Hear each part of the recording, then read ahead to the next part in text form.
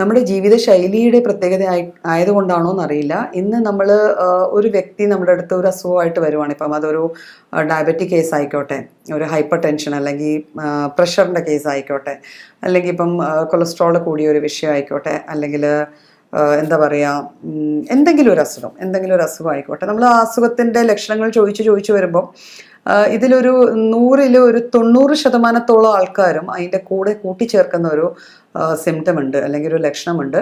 അതായത് joint pains, അസ്ഥികളിലോ അല്ലെങ്കിൽ സന്ധികളിലോ ഉള്ള വേദന. ചിലപ്പോൾ നീര് കാണണമെന്നില്ല, പലപ്പോഴും നീരും കാണും. അപ്പം എന്തുകൊണ്ടാണ് നമ്മളിപ്പോൾ കാണുന്ന എല്ലാ അസുഖങ്ങളുടെയും കൂടെ സന്ധിവേദന അല്ലെങ്കിൽ അസ്ഥികളിൽ വേദന ഉണ്ടാവുന്ന ഒരു ലക്ഷണം മിക്കപ്പോഴും പറയാറുണ്ട്. അപ്പോൾ പലപ്പോഴും നമ്മളൊരു അസുഖത്തിൻ്റെ ഭാഗമായിട്ട് അത് ചികിത്സിച്ച് പോകാറുണ്ട്. ചിലപ്പോൾ നമ്മളത് വാദമായിരിക്കാം എന്ന് നോക്കി നമ്മൾ അവരുടെ ബ്ലഡ് ടെസ്റ്റൊക്കെ ചെയ്ത് നോക്കും. RA ഫാക്ടർ പോസിറ്റീവ് ആണോ, റുമാറ്റിക് ഫീവറിൻ്റെ ലക്ഷണങ്ങളാണോ ഈ കാണിക്കുന്നത്, അല്ലെങ്കിൽ OA ആണോ, അതായത് തേയ്മാനം കൊണ്ടുവരുന്ന അസ്ഥികളിലെ വേദനയാണോ, ഇങ്ങനെ പല ടെസ്റ്റുകളും നമ്മൾ പലപ്പോഴും ചെയ്തു പോകും. എന്നിട്ട് അതനുസരിച്ച് ചികിത്സിച്ച് വരുമ്പോൾ വീണ്ടും ഈ അസ്ഥിവേദന എന്നുള്ളൊരു ഫാക്ടർ അവിടെ നിൽക്കും. പലപ്പോഴും OA എന്നൊക്കെ പറഞ്ഞ ഒരു മധ്യവയസ്സ് കഴിഞ്ഞുള്ള ആൾക്കാരിൽ കാണുന്നതാണ്. പക്ഷെ അല്ലാത്ത ആൾക്കാരിൽ ഇത്തരത്തിലുള്ള വേദനകൾ കാണാറുണ്ട്. അപ്പം എന്തുകൊണ്ടാണ് ഈ വേദന എന്നുള്ള ഒരു കൺഫ്യൂഷൻ പലപ്പോഴും വരാറുണ്ട്. അപ്പോൾ അതിനോടൊരു വലിയൊരു കാരണമാണ് vitamin D deficiency. Vitamin D എന്ന് പറഞ്ഞ ഒരു പ്രത്യേക വൈറ്റമിൻ ആണ്. ആ വൈറ്റമിൻ്റെ ഏറ്റവും വലിയ പ്രത്യേകത എന്ന് വെച്ചാൽ ഒരിക്കലും നമുക്ക് ഇന്ന സാധനത്തിൽ നിന്നും എൻ്റെ ശരീരത്തിന് വൈറ്റമിൻ D എടുക്കാൻ പറ്റി എന്ന് പറയാൻ പറ്റില്ല.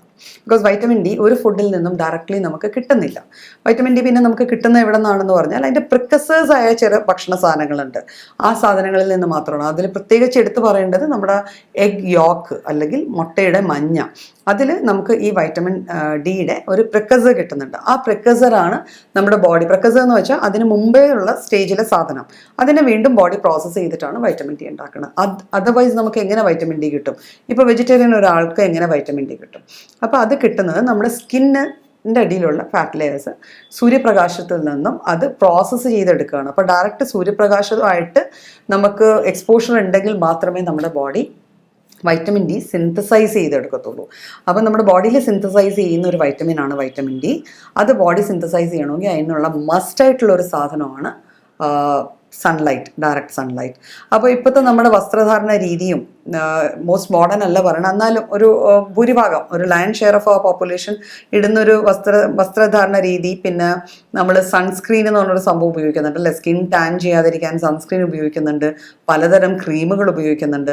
അപ്പോൾ ഇതൊക്കെ കൊണ്ട് നമ്മുടെ സ്കിന്നിന് ഡയറക്റ്റ് സണ്ണിനോടൊരു എക്സ്പോഷർ കിട്ടാത്തത് കൊണ്ട് വൈറ്റമിൻ D ഡെഫിഷ്യൻസി ഇപ്പോൾ ഒരു കോമൺ ഫീച്ചർ. നമ്മൾ ചുറ്റുവട്ടം കാണുന്ന അസുഖങ്ങളിൽ ഒരു വലിയ വിഭാഗം ആൾക്കാരിൽ വൈറ്റമിൻ ഡിയുടെ കുറവ് രക്തത്തിലുണ്ടാവാറുണ്ട്.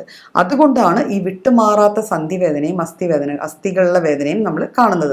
വൈറ്റമിൻ ഡിയുടെ റോൾ എന്ന് വെച്ചാൽ നമ്മുടെ ബോഡിയിലുള്ള കാൽഷ്യത്തിൻ്റെ മെറ്റബോളിസമിനെ റെഗുലേറ്റ് ചെയ്യുക എന്നുള്ളതാണ്. അപ്പോൾ കാൽഷ്യം ആണല്ലോ നമ്മുടെ എല്ലുകളുടെയും സന്ധികളുടെയും ഒരു കാൽഷ്യം കൊണ്ടാണല്ലോ നമുക്കറിയാം നമ്മുടെ എല്ലുകളുടെ ഏറ്റവും വലിയ മേജർ കൺസ്റ്റിറ്റ്യുവൻ്റ് അല്ലെങ്കിൽ അതിലുള്ള ഏറ്റവും വലിയ എലിമെൻ്റ് എന്ന് പറയുന്നത് കാൽഷ്യമാണ്. അപ്പോൾ കാൽഷ്യം മെറ്റബോളിസത്തിൽ വരുന്ന പ്രശ്നങ്ങൾ ഈ വൈറ്റമിൻ D ഡെഫിഷ്യൻസി കൊണ്ടാണ് ഉണ്ടാകുന്നത്. അപ്പോൾ എങ്ങനെ നമുക്ക് വൈറ്റമിൻ D ഡെഫിഷ്യൻസി, എങ്ങനെ അതിനെ നമുക്ക് തരണം ചെയ്യാം? അപ്പോൾ ഇപ്പം നമ്മൾ പലപ്പോഴും കാണാറുണ്ട്, ഇടയ്ക്കിടയ്ക്ക് ആൾക്കാർ മാസത്തിലൊരിക്കൽ അല്ലെങ്കിൽ ആഴ്ചയിലൊരിക്കൽ പോയി വൈറ്റമിൻ ഡിയുടെ ഒരു ഇഞ്ചക്ഷൻ എടുക്കുന്നു, അതിൻ്റെ കൂടെ കാൽഷ്യം സപ്ലിമെൻറ്റ് ചെയ്യുന്നു. ഇതിങ്ങനെ റെഗുലർ പ്രോസസ്സായി പോവുകയാണ്. പലപ്പോഴും നമ്മളൊരു അസുഖത്തിൻ്റെ ചികിത്സ എന്ന് പറയുന്നത് ആ അസുഖം മാറണം, അല്ലാതെ അതിനെ ഇങ്ങനെ മെയിൻറ്റെയിൻ ചെയ്ത് പോയിട്ട് ചെയ്യുന്നതിന് അത് മാനേജ്മെൻറ്റ് എന്ന് മാത്രമേ പറയാൻ പറ്റുള്ളൂ. അപ്പോൾ നമുക്ക് വൈറ്റമിൻ D ഡെഫിഷ്യൻസി ഉണ്ടെങ്കിൽ വൈറ്റമിൻ D ഡെഫിഷ്യൻസി അതിനെ കോമ്പാറ്റ് ചെയ്യാനുള്ള രീതിയിലുള്ള ഭക്ഷണം, നമുക്ക് കാൽഷ്യം റിച്ച് ആയിട്ടുള്ള ഫുഡ് പ്ലസ് എഗ് യോക്സ് ഞാൻ പറഞ്ഞല്ലോ, അത്തരത്തിലുള്ള ഫുഡ് കഴിക്കുക. നമുക്ക് ഡയറക്റ്റ് സൺലൈറ്റ് എക്സ്പോഷർ കിട്ടത്തക്ക വിധത്തിൽ കുറച്ച് നേരമെങ്കിലും, പണ്ടൊക്കെ പറയുമായിരുന്നു ഒരു ഇളം വെയിൽ കൊള്ളണം, വൈകുന്നേരത്തെയോ രാവിലത്തെയോ ഇളം വെയിൽ.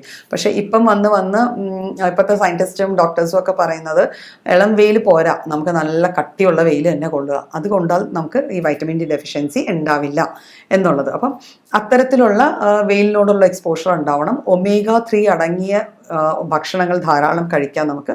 അത്തരത്തിലുള്ള ഭക്ഷണങ്ങൾ, അതായത് മത്സ്യങ്ങൾ, കടൽ മത്സ്യങ്ങളിൽ മത്തി, അയല, ഈ വക മത്സ്യങ്ങളിൽ ചെറു മത്സ്യങ്ങളിൽ കൂടുതലായിട്ട് കാണുന്നതാണ് ഈ omega-3 ഓയിൽ. ഇത് പിന്നെ നട്ട്സിൽ വാൾനട്ട്സ് എന്ന് പറയുന്ന ഒരു നട്ട്സിലാണ് ഏറ്റവും കൂടുതൽ omega-3 കാണുക. അപ്പം ഇത്തരത്തിലുള്ള ഭക്ഷണം കഴിക്കുക. പിന്നെ 7 C's എന്നൊക്കെ പറഞ്ഞ് നമ്മൾ ചെറിയ പിൽസ് ഒക്കെ ഇല്ലേ, കോഡ് ലിവർ ആയാലും അടങ്ങിയിരിക്കുന്നത് എന്നൊക്കെ പറയണേ. അപ്പോൾ കോഡ് ലിവർ ഓയിൽ അടങ്ങിയ സപ്ലിമെൻറ്റ്സ് നമുക്ക് എടുക്കാം. ഇതുകൂടാതെ ഈ വൈറ്റമിൻ ഡി ഡെഫിഷ്യൻസി അല്ലെങ്കിൽ കാൽഷ്യം ഡെഫിഷ്യൻസി കൊണ്ടുണ്ടാകുന്ന ലക്ഷണങ്ങളെ നമുക്ക് ഒരു നല്ലൊരു ഹോമിയോ ഡോക്ടറെ കണ്ടിട്ട് ഹോമിയോപ്പതിയിൽ അതിനെ ഫോക്കസ് ചെയ്തുള്ള രീതിയിലുള്ള മെഡിസിൻസ് ഉണ്ട്. ആ മെഡിസിൻസ് കഴിച്ച് നമ്മുടെ ഈ ഡെഫിഷ്യൻസി തന്നെ മാറ്റി അത് ശാശ്വതമായ ഒരു പരിഹാരം കണ്ടെത്താവുന്നതാണ്.